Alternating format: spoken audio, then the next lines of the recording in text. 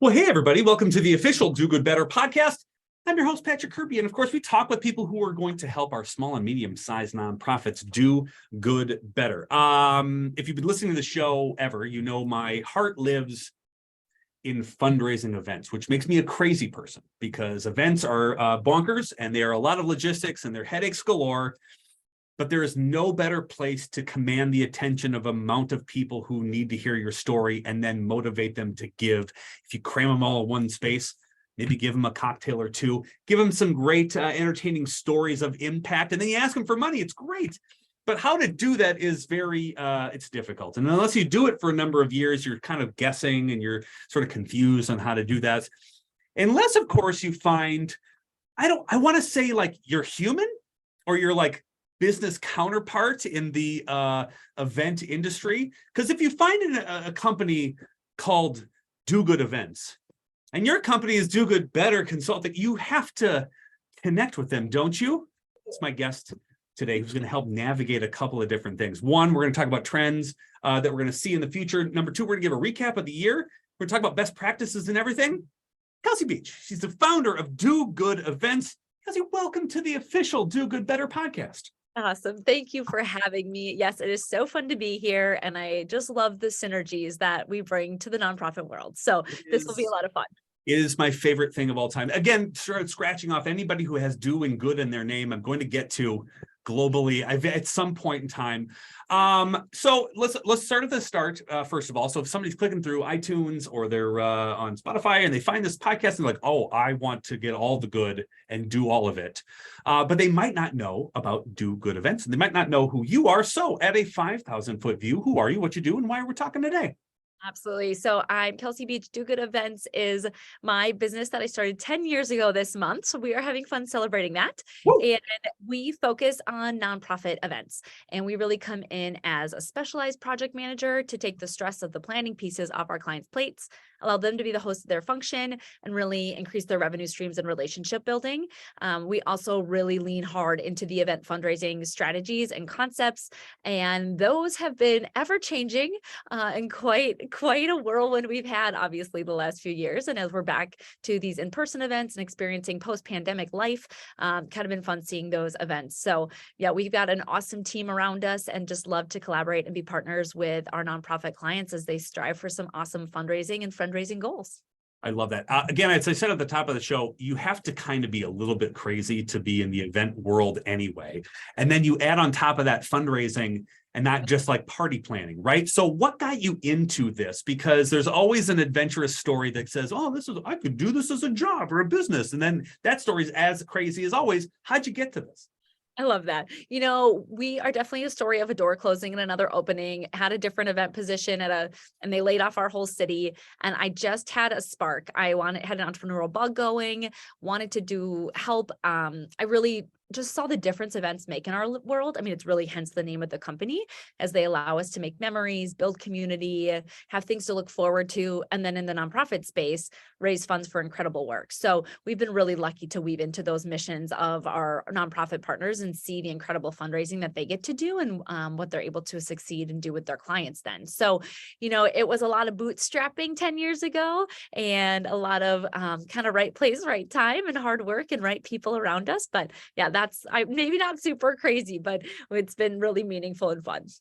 I love it's crazy in the best of worlds because you have this wonderful personality that just understands nonprofit work, which is wonderful. And there's such a difference between, hey, I'm going to throw a party and hey, I'm going to throw a fundraiser, right? Yeah. And there's definitely a difference between the two, which is why I love your specialty so much here. So we're going to talk a little bit about what we're forecasting in 2023, some trends you're seeing. But first, I think it would behoove us to kind of give us where we are now, maybe a recap from 2022. What did you see over the last year that either surprised you or shocked you or inspired you? What is kind of like the highlight reel of the past year or so?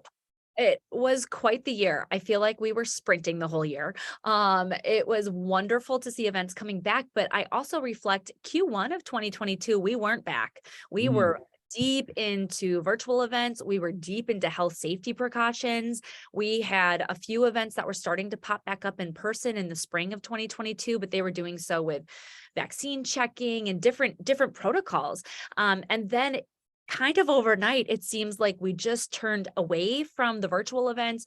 We weren't as concerned over health safety protocols. I mean, we still wanted people to wash their hands and things. We weren't putting out buffets, but we weren't doing vaccine checkings, and we were back.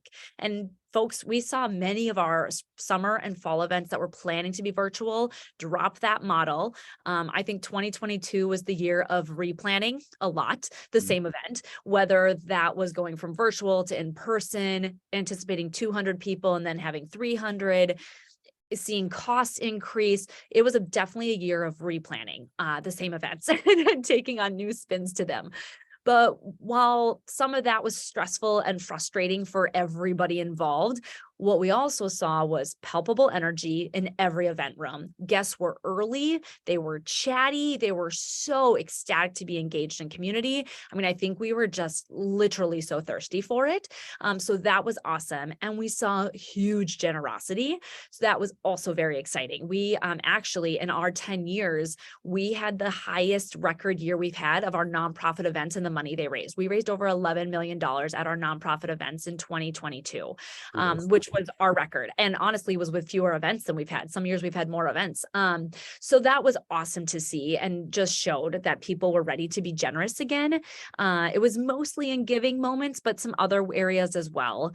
You know, I think we saw, like I said, the in-room palpable energy. We saw budget changes, which I think we'll talk about a bit too in trends. I think a lot of people were really surprised by that, but it was a lot of just fast motion. I feel like our processes weren't really there because we were redefining again. But we celebrated it mostly in 2022. And I think that was the biggest thing, is that we made that curve. We got back together. We all loved it, and the funds showed it. I think most people sort of saw their event revenue go up, especially if you did a fund to need, especially if you put your, your stories and your impact first. What did you notice about attendance? Because there's kind of all over the board, I'm sure, but what was kind of your thoughts on the number of people showing up to these events as it equated to the amount of money raised in the room that night? Yes, most of it was all over the board. I would say most of our events had comparable numbers, maybe a little bit higher to what they were seeing pre-pandemic. But what was fascinating to me was the no-show rate was exceptionally down. I feel like pre-pandemic, most of our events would see a 10 to 20% no-show rate. Most of our 2022 events, even including people who obviously couldn't attend due to illnesses and being, exposures and things, we were seeing more like a 5 to 10% no-show rate. So that to me was a big change. So most of our rooms ended up maybe a little bit higher in attendance than pre-pandemic numbers, and it was mostly due to that no-show rate and people actually being in the room. So that was pretty cool. Of course, I'd be remiss to not say we didn't still have that outside participation of people outside of the ballroom. And I think that's a big, as we talk through predictions too, I think we're going to continue to see how do we involve folks. And it's not necessarily the hybrid event that is a live streaming of the program and specialty chat rooms or things like that anymore. I think that we still have a little fatigue on that world, but we are still opening auctions early, sending out our program videos, celebrating with our greater community fundraising success versus just those people that are in the room that night. So I think we did continue to see that in 2022 and making sure we're more inclusive and not just involving those that were in the room. Was there anything that didn't come back from pre-pandemic that you saw? Like, was there things that just people dropped completely? You're like, well, that was weird. I had fun doing that. Or was there some deliberate change of like, you're in the ballroom and again for the first time in a long time. I remember it like this, and that seems to be missing, and it's probably okay. Was there like one or two things you noticed? You're like, wow, that's weird. I remember this being so vividly in my brain. Yes, I think two things popped to my head right away. One is programs are shorter. The lengthy, drawn out programs, the long dinner breaks, those kind of went to the wayside. And I think it was good. I think people really enjoyed social hours. They enjoyed programs that were really intentional and every minute was meaningful and structured and orchestrated. So that was one big change, I think. The other is I would say reinvention, and each event maybe was able to tweak something unique to them and was given an opportunity to, like, we don't have to keep doing it the same way we've been doing it because we haven't been doing it for a little bit. So whether that was a social hour that used to start at 6 and now starts at 5 because people are coming from home versus the office, or that was, we had one client that always had done a Thursday night event and they've always wanted to try a Sunday afternoon. And now for most orgs, I would not recommend it, but given their audience, they knew them well. It was beautiful. They had huge success with the move. So I think things like that is the other thing that happened, was there was opportunity. And I think we have one more year of this opportunity to sort of recreate what has always been. And whether it's a seismic shift or a small shift, you have this opportunity because guests are not back into like, oh, it was always that way. So I think those are the two things that come to my mind. I love that. Well, and what a wonderful permission to give yourself. If you've been stuck in that rut for a while, you're like, oh, I really would love to do that. Well, here you go. Permission granted. Thanks, Kalsey. You've given us the green light to go. And I think that's wonderful because, the creativity that you've always wanted to spark, but didn't have the opportunity to do that. This is another route, which is great. So, okay. I love this so far. So we're making more money. People are wanting to come back.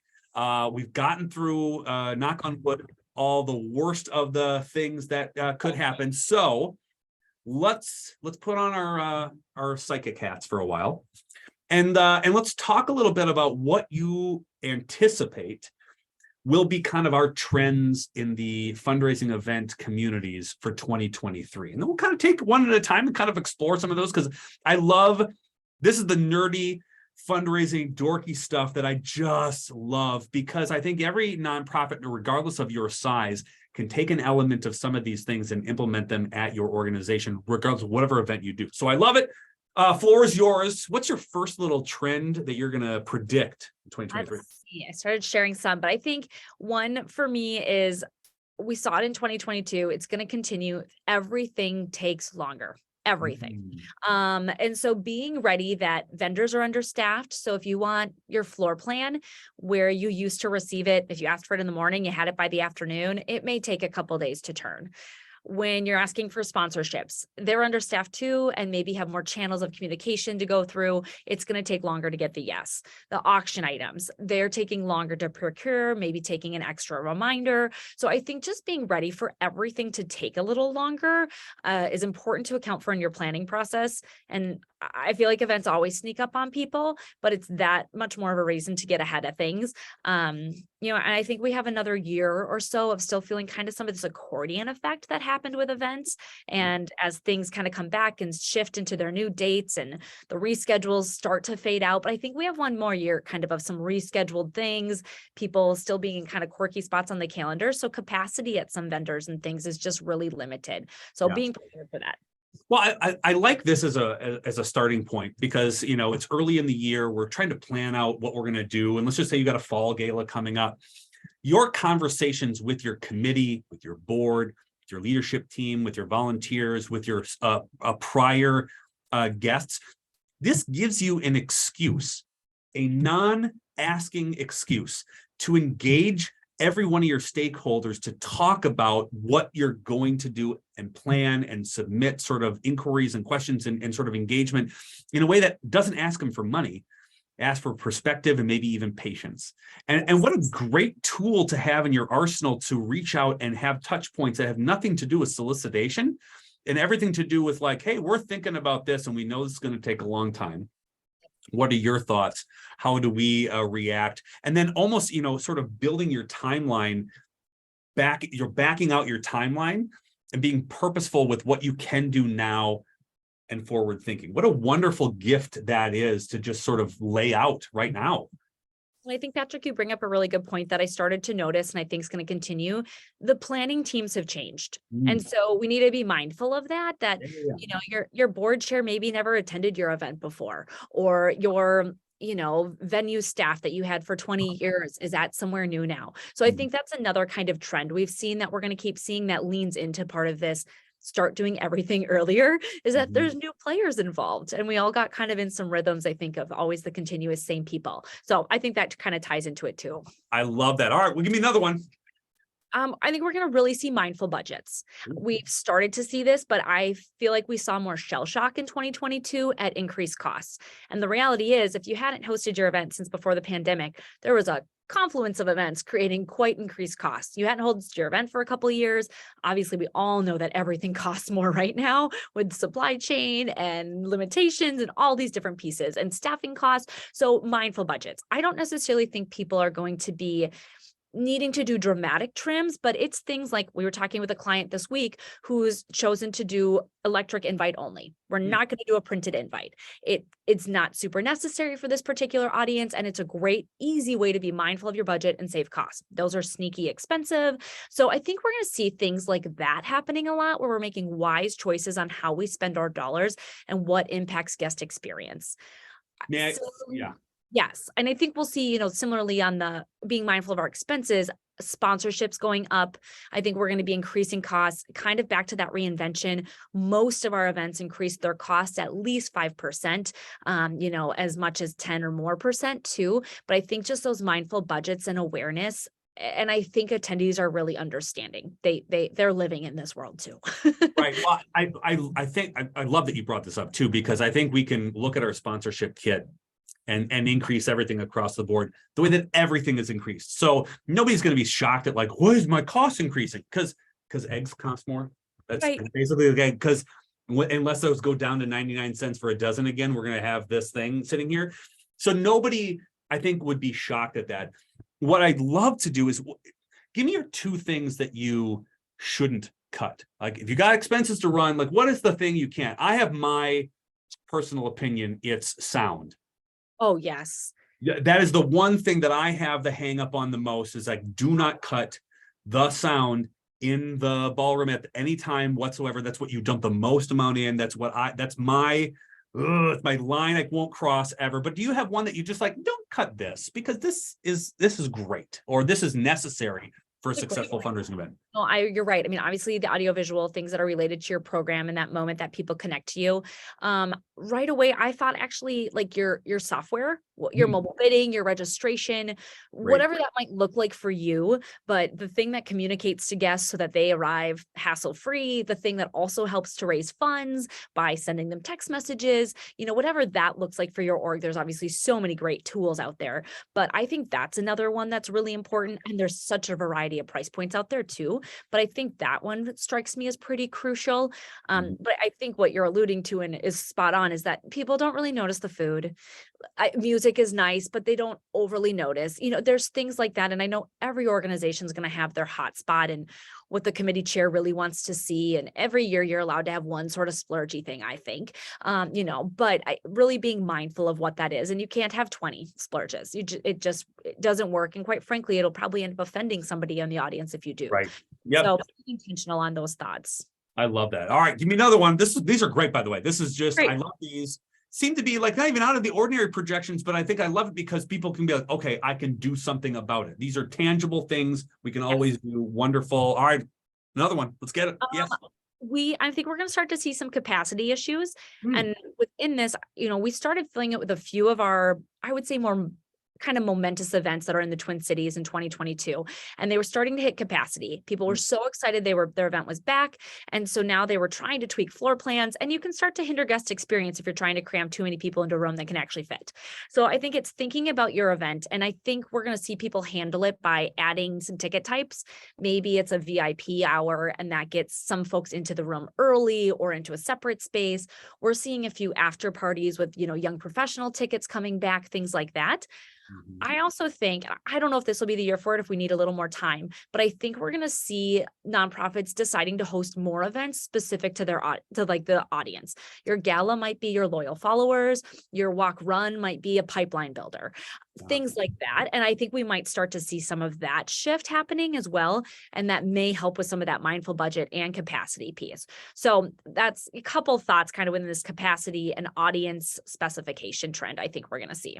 Yeah, I like the idea of, personally, I like if you get to a capacity issue, raise prices, because you'll eliminate some people, make more money on the uptick anyway, because those that are the ticket price are gonna be fine. And again, it's a fundraiser, not a party for whatever. So if they're gonna get out the ones who are maybe not bringing money to the table, and that's kind of fun. And then, but again, I love what you said, offer more events so that those who may not feel like this is their thing can still do something with your event. And I like this idea too, which is it's being purposeful with your connections, right? This young professional event may not like this black tie gala because it's not, Gen Z or cool enough. So do something here that's for your specific donor base that engages them in a very purposeful and meaningful way that's, cognizant of their likes and dislikes and needs and wants. It's so true. And I think maybe in this too, we were seeing this pre-pandemic, and maybe it'll come back this year, but is hosting events at your site. And so I think, maybe that becomes the easy, low-hanging fruit, not expensive.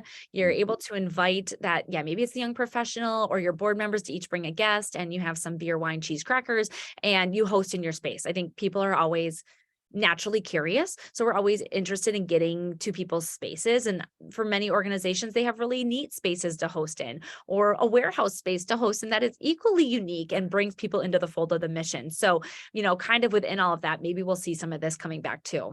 I love it. All right, let's get a fourth one. We've got, it takes longer. We got to be mindful of budgets. So we'd say, hey, there's some capacity issues. Anything else we got for you? I would say we are going to see more intentional, but fewer revenue streams. I think we were seeing people, let's host the wine plinko, let's have a raffle, let's have an auction, giving moment. Yep. And people are burnt out on having too many offerings, or at the golf tournament, having every other hole, let's get out $5. And so I think we're going to see people shifting and just being really intentional here. And part of it's that auction items, wine, any items you're using for revenue generating are a little harder to procure right now. Everyone's still rebuilding. And going back to what we said about that palpable social energy at cocktail hour, folks aren't visiting every corner of your cocktail hour space like they used to. So what do you want to draw them to? And being, I think an auction and like one fundraising game. Perfect. But we don't need to do a bunch. At the golf tournament, we're seeing a lot of folks move from games on many holes to the player's card, right? At registration, you spend $25. It gets you access to the 5 games out on the course, but you don't have to open your wallet again once you're out there. So I think making some of those little shifts and just really doing them right versus doing a whole bunch. I've always liked to say, are you garnering a new dollar or a substitute dollar? And being really intentional on that piece.